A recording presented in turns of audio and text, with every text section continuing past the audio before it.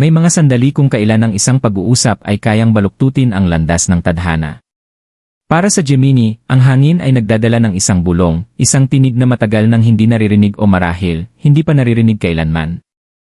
Nagsisimula ito sa isang mensahe, isang tawag, o kahit isang panaginip. Sa una, tila karaniwan lang. Ngunit may isang bagay sa iyong kaluluwa ang humihinto. May isang bagay na nagbabago. Hindi palaging malakas ang boses ng universo, minsan, nagsisimula ito sa isang tahimik na salita. At sa katahimikan na yon, may isang bagong pintuan na naghihintay upang magbukas. Isang pagkakataon, isang tanda, isang oportunidad, lahat ay nakatago sa kapangyarihan ng isang hindi inaasahang pag-uusap. Sa mga tahimik na sandali ng buhay, madalas nating hindi pinapansin ang mga simpleng pagkikita na may dalang bigat ng tadhana. Para sa Gemini, ang isang pag-uusap ay hindi lamang palitan ng mga salita, ito ay isang susi. Isang susi na nagbubukas ng isang bagay na matagal nang naitago. Ang sandaling ito ay hindi sumisigaw, dumarating ito ng dahan-dahan, halos hindi namamalayan. Ngunit sa likod ng banayad na tono, naroroon ang alinggaw ng isang mas malaking bagay, isang pagkakataon na hinubog ng mga bituin, tinutulungan ng enerhiya, at isinulat sa mga hindi nakikitang sinulid ng universo. Marahil isang tinig mula sa nakaraan. O isang estranghero na may pamilyar na mga mata. O baka naman ikaw, sa wakas, binibigkas ang mga salitang matagal mong itinagong. Ano man ito, ang enerhiya ay nagbabago. Isang bagong ritmo ang nabubuo sa paligid mo. Higit pa ito kaysa sa simpleng pag-uusap. Ito ay pag-aayon. Ito ay paggalaw. Ito ang iyong tanda. At kahit ngayon o sa hinaharap, ang simpleng pag-uusap na ito ay maaaring maging simula ng lahat ng inaasahan mong mangyari. Iyan ay tahimik, inay tanda. Nagsimula ito sa isang maliit na bagay, isang pakiramdam. Hindi isang salita, hindi isang mensahe. Isang tahimik na paggalaw sa hangin, halos hindi nakikita. Gemini, naramdaman mo na ba ito dati? Yung kakaibang paghila sa iyong dibdib, parang ang universo ay sinusubukang makuha ang iyong atensyon. Yung sandali na para bang may mga balahibo sa iyong braso na tumataas ng walang dahilan. Tinitignan mo ang iyong telepono. Wala. Binuksan mo ang iyong bintana. Hangin lang. Ngunit sa kailaliman ng iyong puso, alam mong may mangyayaring kakaiba. Sa pananampalatayang Filipino, may isang salita para dito, kutob. Isang malalim at instinktibong pagtulak mula sa espiritual na mundo. Hindi palaging makatarungan, ngunit hindi kailanman nagsisinungaling. Naririnig mo ang isang pangalan sa iyong panaginip. Nakakita ka ng balahibo sa iyong pintuan. Bigla mong naaalala ang isang tao na hindi mo naisip sa mga nakaraang taon. Hindi ito mga pagkakataon. Ito ay paalala. Mga paalala mula sa isang mas mataas na puwersa na nagsasabing nagsimula nang mag-ikot ang mga gulong ng tadhana. Inaalalayan ka patungo sa isang pag-uusap na matagal nang naghintay na maganap, isa na maaaring magbukas ng pintuan na akala mo ay nakalok magpakailanman. Maaaring hindi ito dumating ngayon. Maaaring hindi ito manggaling sa tao na iyong inaasahan. Ngunit ang enerhiya ay nagbago na. Ang katahimikan ay hindi walang laman, ito ay sagrado. Puno ito ng mga tanda. Ang kailangan mo lang gawin ay makinig. Hindi palaging kumakatok ang universo.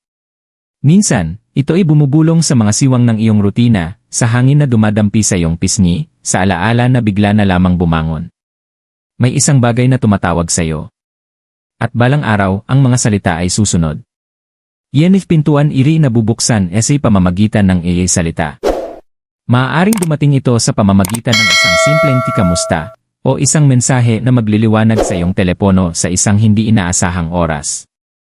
Ang mga salita mismo ay maaaring mukhang karaniwan, ngunit para kay Gemini, na ang buhay ay sumasayaw sa komunikasyon at pag-iisip, hindi kailanman simpleng mga salita ang mga ito. Ang mga ito ay mga orasyon. At sa pagkakataong ito, ang isang partikular na hanay ng mga salita ay nagiging isang pintuan. Marahil galing ito sa isang tao na matagal mo nang pinapangarap. O isang tao na bigla na lang nawala at ngayon ay muling nagpapakita ng walang paliwanag. Ang mensahe ay maaaring maikli o minsan magulo. Ngunit ang enerhiya na dala nito, iyon ang kumikilos sa iyong kaluluwa. Parang ang universo ang pumili ng sandaling ito, ang tinig na ito, upang maghatid ng isang bagay na hindi mo alam na hinihintay mo. Sa sinaunang pananampalatayang Filipino, sinasabi na kapag ang isang tao ay malalim na nag-isip tungkol sa iyo, ang kanilang mga pag-isip ay maaaring maglakbay sa hangin, na dala ng hangin ng damdamin ang hininga ng emosyon. Ang sandaling ito ay nararamdaman na parang ganon. Parang ang panloob na tinig ng isang tao ay nakatagpo ng daan patungo sa iyo. At ngayon, nagsisimula ang pag-uusap. Hindi lang isang simpleng usapan, kundi isang pahayag. Isang pag-amin marahil. Isang tanong na kailangang sagutin. O isang susi na magbubukas ng isang lumang sugat o pangarap. Nararamdaman mo ito sa iyong pulso, mabilis, hindi sigurado, puno ng pag-asa. Bawat salita ay may bigat. Bawat sagot ay tila may gabay. Hindi ka lang nakikipag-usap sa isang tao. Nakikipag-usap ka sa tadhana. Gemini, ito ang iyong lakas, ang kumonekta, ang umunawa, ang magbukas. Habang ikaw ay nagsasalita, ang iyong panloob na mundo ay nagbabago. Nakikita mo ang mga bagong posibilidad. Naririnig mo ang katotohanan na nakatago sa pagitan ng mga linya. Pinangunahan ng universo ang lahat ng ito. Hindi ito isang aksidente. Dahil sa likod ng pag-uusap na ito ay may isang mas mataas na layunin, isang pagkakataon. Isa na maaaring magbago ng direksyon ng iyong landas. At ang tanging hiningi nito sa iyo ay makinig at magsalita. Isang pagbabago FND enerhiya. Matapos magpalitan ng mga salita, may isang bagay sa hangin na nagbago. Hindi mo ito nakita ngunit naramdaman mo ito. Yung pakiramdam na nananatili, sa iyong dibdib, sa iyong mga kamay, sa iyong mga pangarap. Isang kakaibang magaan na pakiramdam na may halong bigat. Gemini, ang iyong kaluluwa ay matagal nang naghihintay para sa sandaling iyon, kahit na hindi alam ng iyong isipan. Ito ang sandali kung kailan tumugon ang universo. Nagising ka ng iba sa susunod na araw. Nakikita mo ang mga kulay ng mas buhay. Ang dating kalsadang madalas mong tinatahak ay parang bago.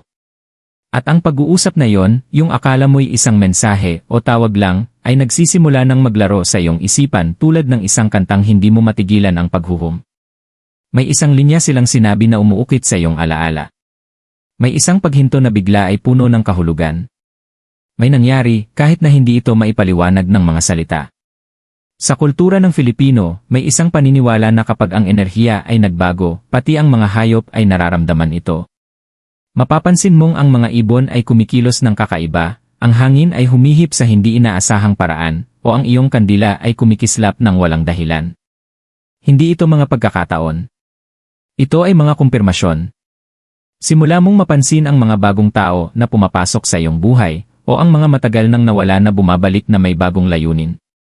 Maaaring makatagpo ka ng isang bagong pagkakataon, isang alok ng trabaho, isang kolaborasyon, isang bukas na pagkakataon sa pera. O marahil may isang bagay sa loob mo na nagsisimulang maghilom. Nararamdaman mong magaan. Parang may isang bagay na matagal nang nakatago sa iyo ay tahimik na bumukas. Ito ang aftershock ng bulong ng tadhana. Baka natapos na ang pag-uusap, ngunit nagsisimula pa lamang ang epekto nito. At Gemini, hindi ka lang tumatanggap ng mga tanda, ikaw ay bahagi ng mga ito. Ang iyong sariling vibrasyon ay tumataas. Inaakit mo ang mga sitwasyong angkop sa iyong mas mataas na sarili. At maaaring may kalituhan. Mga tanong. Ano ang ibig sabihin nito? Totoo ba yon? Dapat ba akong kumilos ngayon? Ngunit tandaan, ang kusang dumadating ay may dahilan. Ang mga bagay na dumarating nang hindi pinipilit ay may banal na layunin. Hayaan mong magpatuloy ka sa paggalaw ng bagong enerhiya na ito. Huwag madaliin.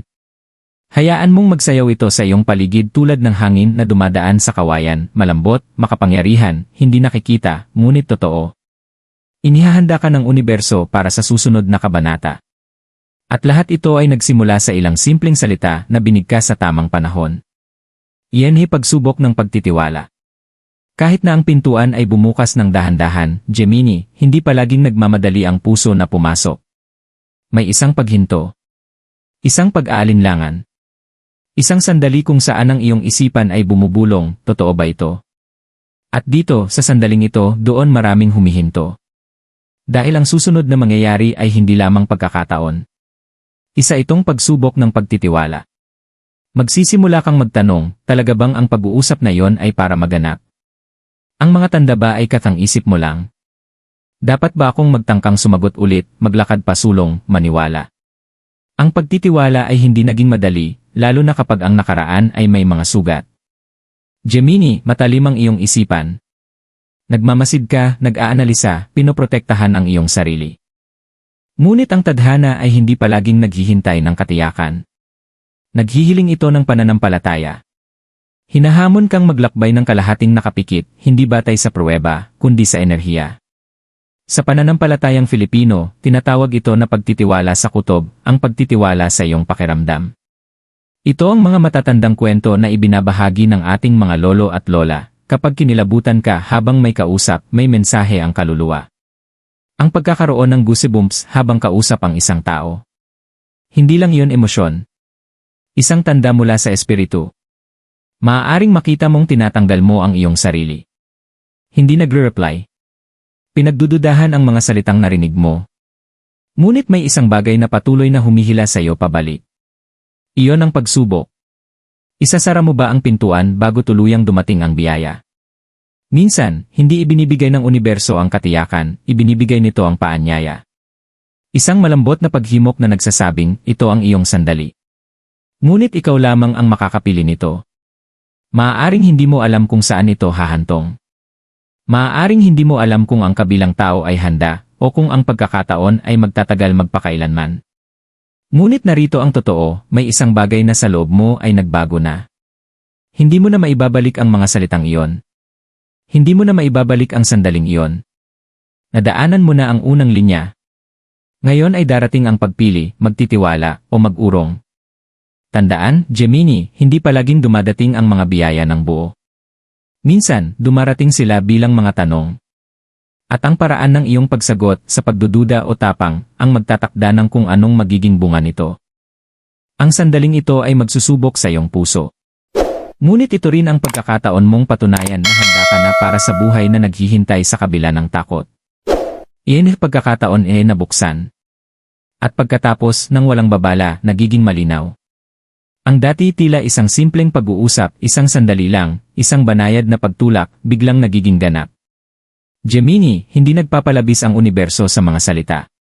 Ang mensahe niyon, ang tawag na yon, ang hindi inaasahang tinig, hindi ito maliit. Isa itong binhi. At ngayon, nagsisimula na itong mamulaklak. Marahil isang alok ng trabaho. Isang ideya sa negosyo. Isang kolaborasyon. O baka isang bagay na mas personal, isang pagkakasunduan, isang pagkakataon para sa pag-ibig, isang landas pabalik sa isang bagay na akala mong nawawala magpakailanman. Ano man ang anyo nito, isang bagay ang tiyak, dumating ito dahil nakinig ka. Dahil nanatili kang bukas. Dahil hindi ka umiwas sa mga tanda. Sabi ng mga Filipino, ang para sa'yo, lalapit sa'yo, basta handa kang tanggapin. Ang para sa'yo ay darating basta't handa ang iyong puso na tanggapin ito. Maaaring mapansin mong ang mga bagay ay nagiging maayos nang walang kahirap-hirap. Ang mga schedule ay nagkakasunod. Ang mga tao ay nag-aalok ng tulong. Isang biglaang pagsabog ng kumpiyansa ang sumik sa iyong dibdib. Hindi ito swerte. Ito ay isang pagkakasunduan. Ang iyong enerhiya ang nag-akit nito, ang iyong kahandaang magtiwala, ang iyong pagiging bukas sa daloy ng isang bagay na higit pa sa lohika. Ang pag-uusap ay hindi lamang isang sandali, isa itong portal. Isang tulay sa pagitan ng iyong kasalukuyan at isang bagong landas na naghihintay na magbukas. Ngayon ang oras para kumilos. Para ituloy ito. Para sabihin sa pagkakataong ipinapakita sa iyo. Maaaring hindi ito eksaktong kung paano mo ito naisip, ngunit ramdam mo na ito ay tama, at ang pakiramdam na iyon ang magiging gabay mo. May mahika sa paggalaw. Sa sandaling tumugon ka, tumutugon din ang universo ng mas malakas. Sa sandaling maglakad ka, mas nagiging malinaw ang landas. Gemini, ang iyong mga salita ay nagbukas ng isang pintuan. Ang iyong enerhiya ang nagpapanatili nitong bukas. At ngayon, ang iyong tapang ang magpapasya kung ano ang matutuklasan mo sa kabila ng pintuan. Hindi lang ito biyaya. Isa itong gantimpala para sa pagtitiwala, sa pakikinig, sa pagsasabi ng iyong katotohanan. At ngayon ang pagkakataon ay iyon ang angkinin. Pag-aayon ay tadhana. Ngayon, habang binabalikan mo, Gemini, nagsisimula mong makita ang mga sinulid. Ang katahimikan. Ang mensahe. Ang pagbabago ng enerhiya. Ang sandali ng pagdududa. Ang biyayang nagpakita ng sarili. Wala sa mga ito ang aksidente. Ang bawat piraso ay bahagi ng isang pattern na hindi mo agad nakita, ngunit ngayon ay kumikislap ng malinaw. Ito ang tadhana. Sa pananampalatayang Filipino, hindi palaging malakas o magarbo ang tadhana. Minsan, ito ay nasa tahimik na paghila ng isang sandali.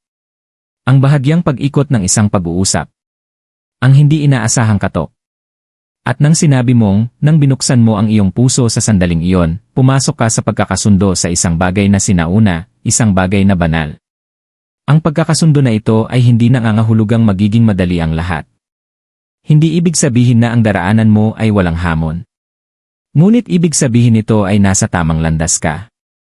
Ang mga tanda ay magiging mas malinaw. Ang mga desisyon ay magiging magaan.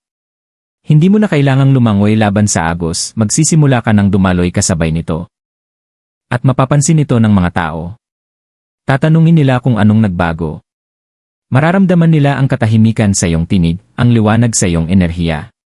Ngunit tanging ikaw lamang ang makakaalam na nagsimula ito sa isang simpleng pag-uusap at isang desisyon na maniwala sa isang bagay na hindi nakikita. Ito ang pagkakasundo sa iyong mas mataas na sarili. Ito ang sandali kung kailan nagtatagpo ang iyong landas at ang iyong layunin. At Gemini, matagal nang naghihintay ang mga bituin para makarating ka rito. Ngayong gabi, bago matulog, magliyab ng puting kandila at umupo sa katahimikan. Balikan ang pag-uusap na yon o isiping ang isa na hinihintay mo pa. Bulungan mo ang iyong mga pagnanais sa apoy at sabihin, ako ay handa. Buksan mo ang pintuan ng aking kapalaran. Pagkatapos, ipikit ang iyong mata at makinig, hindi gamit ang iyong mga tenga, kundi gamit ang iyong kaluluwa. Gemini, patuloy pa rin ang pagsasalita ng hangin. At sa kabila ng banal na katahimikan na yon, may isang mensahe na nabubuo. Isang bagong pagkakataon ang inihahanda. Dahil kapag alam na ng universo na ikaw ay handa, inilalagay nito ang lahat ng bagay upang magtagpo kayo.